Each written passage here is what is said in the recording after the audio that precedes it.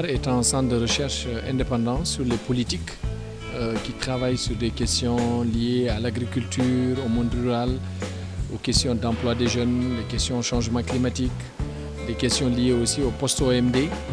En fait, le travail de l'IPAR, c'est d'abord de réaliser des recherches et à partir de ces recherches, de chercher de les partager avec les décideurs politiques et les acteurs de la société civile pour améliorer d'abord la connaissance de ces phénomènes, mais également pour améliorer l'élaboration des politiques publiques.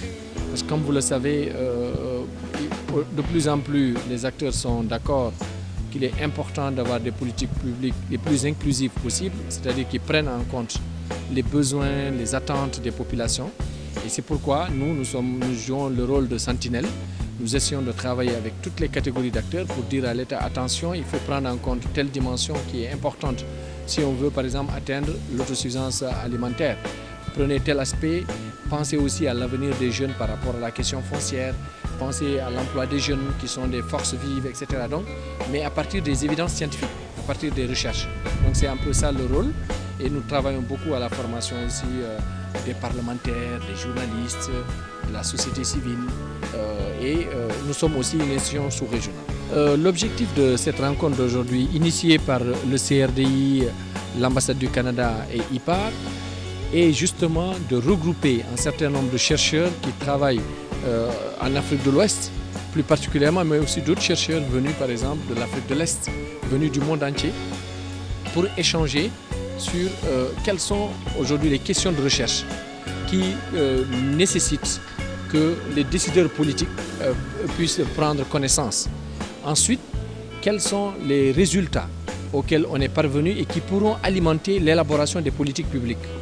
Et comment faire pour échanger nos expériences afin que ce que nous allons faire au niveau du Sénégal puisse s'inspirer des acquis des autres pays, notamment des autres pays africains.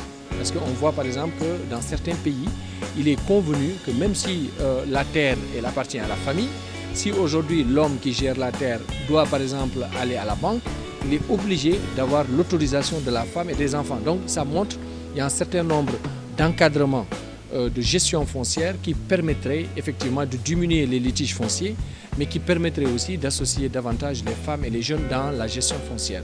Et je crois que ce sont des expériences que, en tout cas, le Sénégal devrait pouvoir s'en inspirer pour améliorer son corpus juridique, d'autant plus que nous sommes aujourd'hui dans un processus de réforme foncière qui est quand même une des réformes les plus ambitieuses que le Sénégal ait engagées, puisque ça touche la vie à tous les citoyens, la vie de tous les citoyens sénégalais, et que ça nécessite aujourd'hui que nous ne fassions pas d'erreur, que l'option que l'État va prendre soit l'option la plus acceptée par les Sénégalais.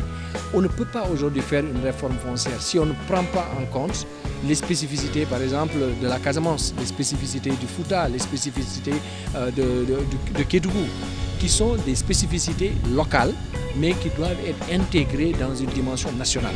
Donc c'est ça, en fait, quand on dit une loi, c'est comment arriver à ce qu'on puisse partir des spécificités locales pour en faire une réglementation nationale qui soit applicable, mais surtout qui soit appropriée par les acteurs. Parce qu'une chose, c'est d'accepter une loi, mais une autre, c'est de la pratiquer. Et donc, comment faire pour que les populations pratiquent cette loi? Il faut qu'ils l'acceptent.